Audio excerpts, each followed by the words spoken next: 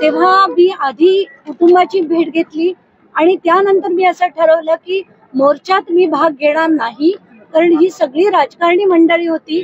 कोणाची काय पोळी भाजायची होती, कोणाला काय म्हणायचं होतं, या सर्व पक्षीय बैठका वगैरे मला कळत नाहीत. आमचा स्टँड खूप क्लिअर आहे. आम्हाला असं वाटतं की जे संतोष देशमुख कुटुंबाला न्याय मिळवून द्यायचा असेल तर एक दिवसाच्या मोर्चाने काही होणार नाही.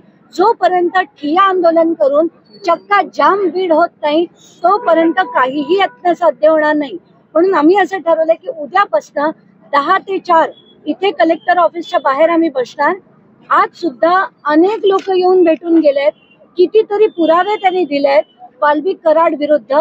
तिथे तिथे जाऊन 4च्या पुढे आम्ही प्रत्येक जिथे जे कंप्लेंट देतील तिथे तिथे पोहोचून एक एक पोलखोल करू आणि मुंडे कसे, धनंजय मुंडे राजीनामा कसा देत नाही हे आम्ही डेफिनेटली बघणार आहे.